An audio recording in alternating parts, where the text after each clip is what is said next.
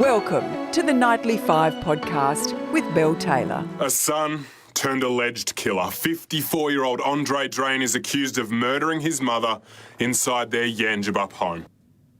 Violence against women has been all over the headlines of late, and we know that sadly, women are most likely to be abused and killed by an intimate partner. But shockingly, there is another cohort of men who kill women close to them, men who kill their own mothers. So far this year, a woman has been killed by her son every month, and in the last 5 years, 28 women have been murdered by their sons. Investigative journalist Kristen Shorten has been looking at this story for The Nightly. She joins me now. Kristen, this is an absolutely terrible crime.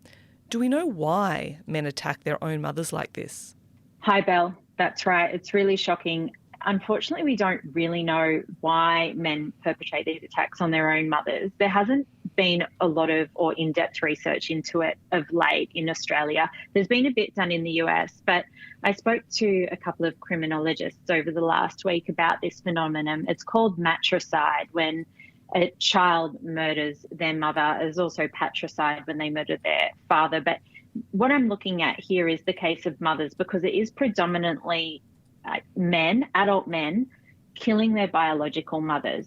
And the reasons the criminologists put forward was that there's usually a precipitating fight or argument immediately before the attack, but also mental health plays a big part in that. Oftentimes, offenders are suffering from schizophrenia or other mental health conditions. However, more research into this particular crime type in Australia is definitely needed, and something that the Australian Institute of Criminology hopes to undertake later this year. So apart from mental health, are there any other common threads in this crime that we look at and you think, oh, that seems to be fairly consistent when this is happening?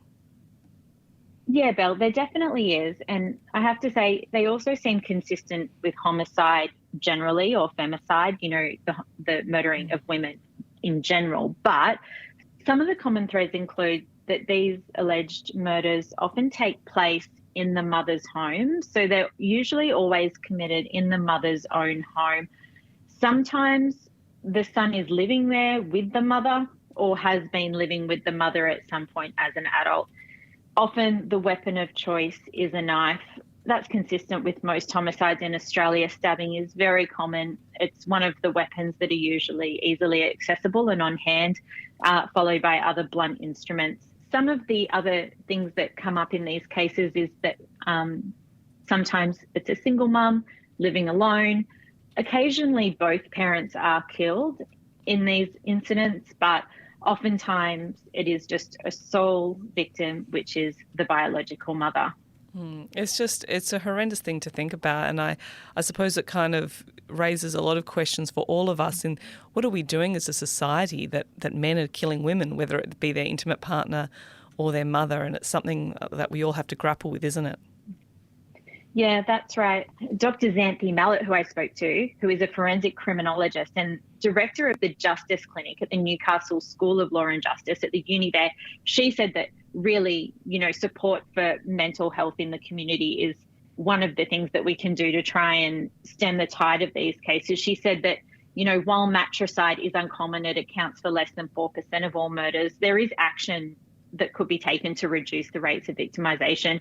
She said improvements in mental health services are required. And we know, because we do know that many perpetrators of this crime type are suffering from a psychotic or mental health disorder, and usually aren't in treatment or medicated at the time of the offence. So improved community-based mental health programs are necessary to reduce violent crimes, particularly this one. And we really need more research into this area. So Dr. Samantha Bricknell from the Australian Institute of Criminology has a real passion for this particular area of research, and she's planning to conduct deeper research into parricide, which is the killing of a parent, later this year. Yeah. Wow, it's a fascinating but pretty grim topic there. Thank you so much, Kristen. And if you want to read more about Kristen's research into this topic, check out thenightly.com.au.